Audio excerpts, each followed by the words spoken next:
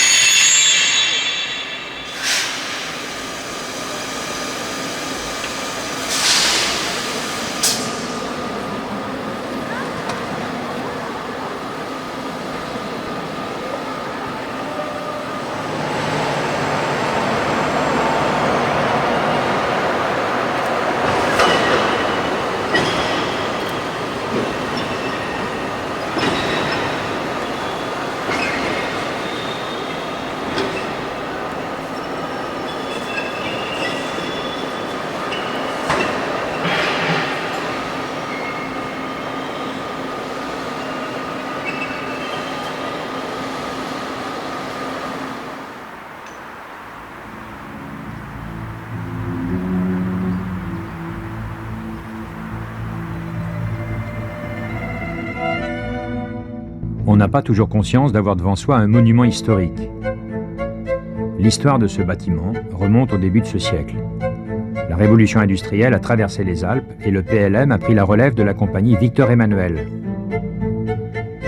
Chambéry est au centre d'un dispositif ferroviaire qui cherche à pousser le rail au fond des grandes vallées. Mais les infrastructures s'avèrent insuffisantes.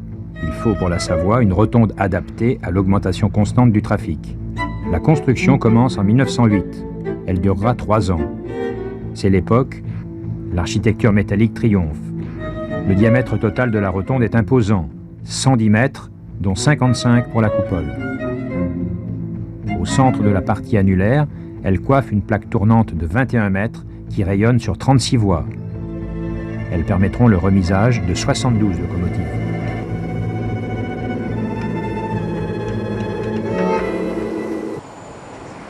Le mouvement circulaire amène chaque locomotive sur une des voies rayonnantes jusqu'à la partie annulaire. Ici, le glissement des machines et la logique architecturale sont étroitement liés. Cette rotonde n'est pas qu'une prouesse technique. Elle exprime le dépassement de la valeur d'usage d'un édifice et illustre avec élégance l'adéquation d'un lieu avec la nature du travail que l'on y effectue. Cette magnifique structure, qui fait environ 800 tonnes, 800 tonnes, c'est le poids d'environ 10 locomotives. Donc c'est un poids énorme, mais en même temps on a une impression de légèreté, de volume immense, une sorte de cathédrale en fait. Et tous ces arcs, toute cette structure métallique repose sur quelques points qui sont des articulations et qui sont en fait ce qu'on appelle en termes techniques des rotules. Et on pourrait tout à fait, et si on en avait les moyens, soulever cette structure parce qu'il n'y a pas d'encastrement, il n'y a pas de liaison en fait entre la partie qui est en dessous et qui repose sur une pile et la structure en elle-même. Et tout ça repose, cet arc repose sur certaines articulations. On voit là d'ailleurs un joint creux qui prouve bien que cet élément repose sur la rotule.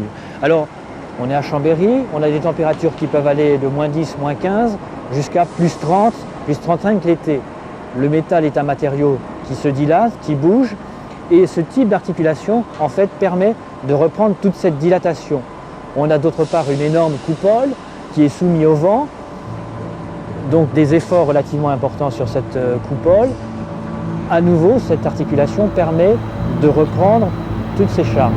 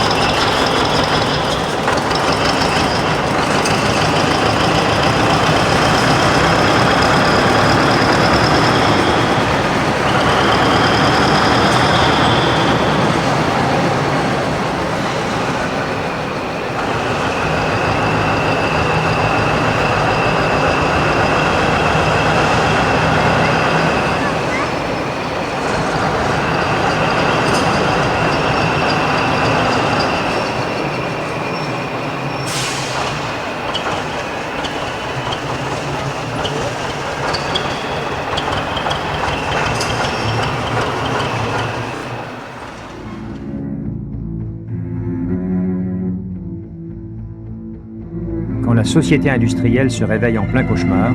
La rotonde est en première ligne, à la merci du vent de l'histoire. Le système ferroviaire devient un enjeu stratégique. Plus d'un tiers des gares importantes seront détruites. À Chambéry, le bombardement de mai 44 touche entre autres le remisage vapeur et l'atelier de levage. Seule, la coupole sera épargnée. Lorsque j'étais apprenti en 1952, c'était tout de suite après la guerre, et la rotonde a été bombardée. Elle a été beaucoup touchée par les bombardements alliés. Et la toiture a pratiquement été toute démolie. D'ailleurs, à l'époque de la construction, la couronne extérieure de la rotonde était couverte en tuiles, non pas en ardoise. Et les tuiles qui étaient brisées par les bombes ont servi à boucher les trous des bombes dans la cour. Une petite anecdote, c'est de la Libération, que je n'ai pas vécue mais qui nous a été souvent racontée. C'est lorsqu'un ouvrier est monté sur le toit pour aller placer le drapeau tricolore au sommet de la rotonde à 35 mètres de haut. Et il a flotté pendant des mois et des mois, il s'est effiloché au fil des années.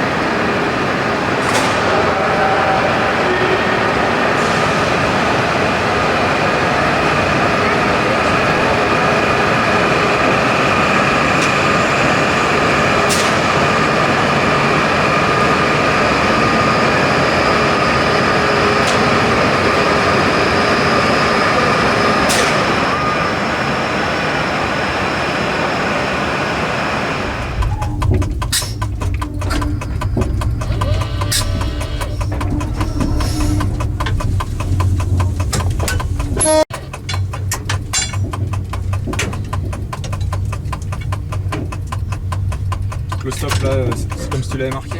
Oui, c'est bon.